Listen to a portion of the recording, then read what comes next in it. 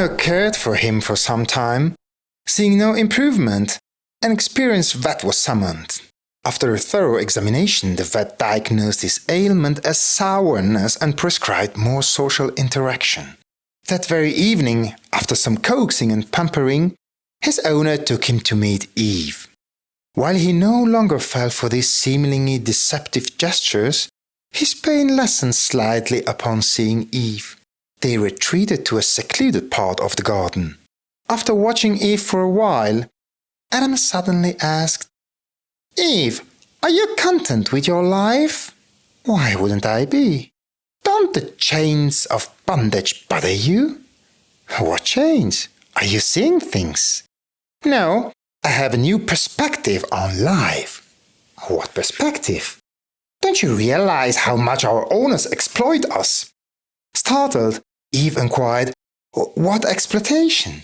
"I didn't expect you to be this naive. Don't you see how much we have to dance to their tunes and satisfy their narcissistic desires just for a morsel of bread?" "What are you talking about?" "We have to go to school, we have to strive to be the best. If we make a mistake, we're reprimanded. We have to stand guard during the hot afternoons. We learn skills at school. Striving to be the best also satisfies our own self-worth more than anyone else's." Adam jumped into her speech. "No way! It satisfies their pride and possessiveness." Eve laughed. "You're right. Your perspective has definitely changed. You've become very pessimistic. Do you remember the criticisms? But you've forgotten their rewards." "I don't want rewards, nor standing guard under the hot sun. Just admit you want a fry ride." Adam sarcastically replied, "I hoped you'd understand my point just as easily as I did. Now I see you're not capable and can't attain awareness."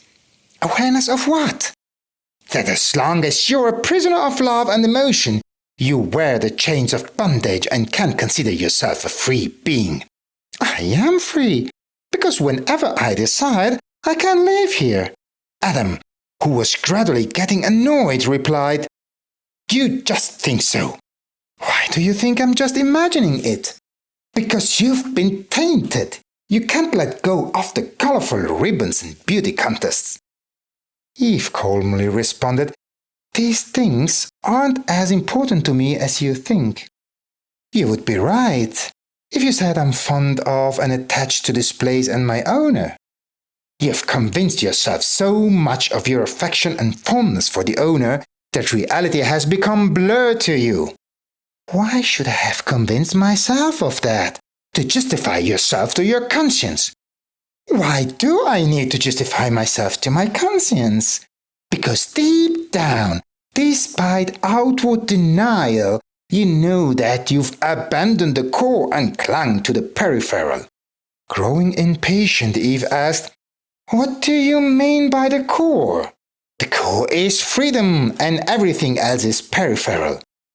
"I agree. Now tell me, what does freedom mean to you?" "Freedom means doing whatever you want, whenever you want, without being tied down to guarding or winning running races. So, without any responsibilities. Every being has the greatest responsibility to itself." Eve laughed and said, "So, you've taken on the responsibility of being irresponsible."